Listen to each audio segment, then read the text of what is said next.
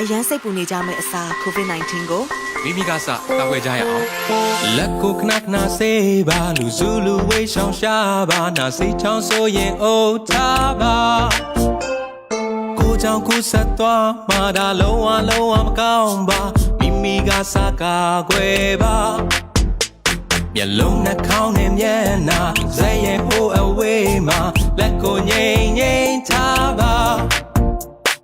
ကိုကူဆက်သွားမှာဒါလုံး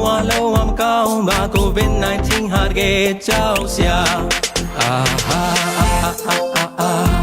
let's save အားလုံး let's save ဒီကိုထားပါဒီကဘာမြေကထွက်သွားပါ Corona